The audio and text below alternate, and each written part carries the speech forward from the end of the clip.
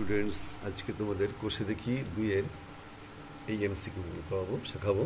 বার্ষিক 8% হার সরল সুদে পি টাকার টি বছরের সুদ আয় হলে সি সমান পিআরটি সমান 100 ইন্টু আই। কেন? আমরা জানি আই সমান পিআরটি বাই 100, এটা ফর্মুলা।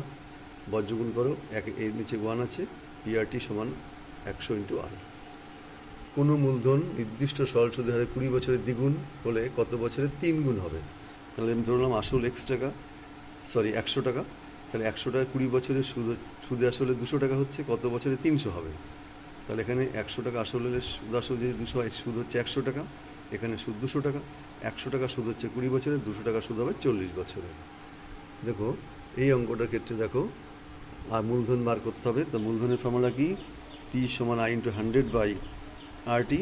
এখানে আই মান হচ্ছে পি এন আর বাই 25, আর আর সমান আর সময় এখানে টি এর পরিবর্তে এন দিয়েছে। এন কেটে যাবে, আর কেটে যাবে, 4 25 100, 4 পি। এটা হবে 4 পি। যিনি টাকা ধার করেন তাকে অধমর্ণ বলে, একদম সত্য কথা। কারণ যিনি ধার করেন অধমর্ণ, আর যিনি ধার দেন সেটি হচ্ছে উত্তমর্ণ।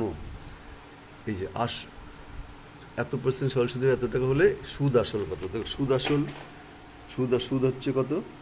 আমার আসল বলেছে পি, 2p, আর এখানে 2pর সুদ বার করলে পিআরটি বাই 100 হবে। তাহলে সুদ আসল কত হচ্ছে? আসল প্লাস সুদ।